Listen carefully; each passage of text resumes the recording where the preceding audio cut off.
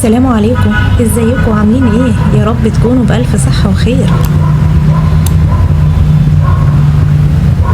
ايه اللي انا عاملاه ده سيريلاك اطفال ده ولا ايه ده؟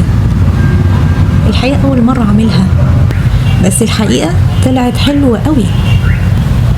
هي تبان انها عاملة زي السيريلاك كده، بس على فكرة طعمها حلو. يلا بينا نشوف عملتها ازاي. على فكرة دي مربى جوافة.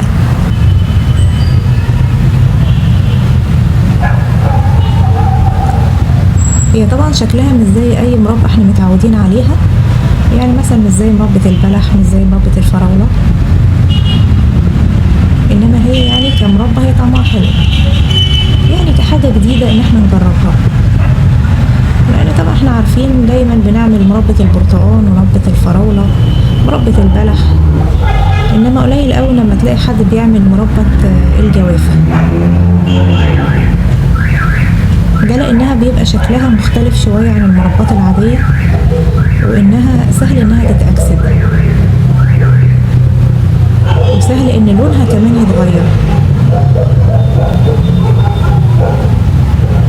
اهي شايفين بقى دلوقتي بقت هي انتوا عارفين يعني ممكن تشوفوا الشكل كده اللي هو شكل السيريلاك الاطفال. اول ما يبقى شكلها زي سيريلاك الاطفال كده يبقى كده خلصت. كده خلاص كده، هي تقريبا كده خلاص خلصت المرحلة الأخيرة بتاعتها اهي.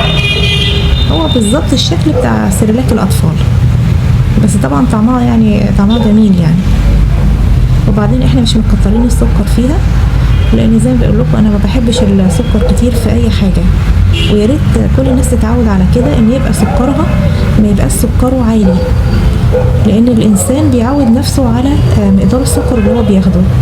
يعني لو اخدتي مثلا كوبايه الشاي بمعلقتين سكر هتتعودي على الطعم ده، انما لو قللتي من السكر فهتلاقي نفسك كده بتتعودي على الطعم اللي انت خلاص اتعودتي عليه. ادي المربى هنا بعد ما عبيناها، شايفين بقى شكلها ايه. وجربوا مربى الجوافه. السلام عليكم.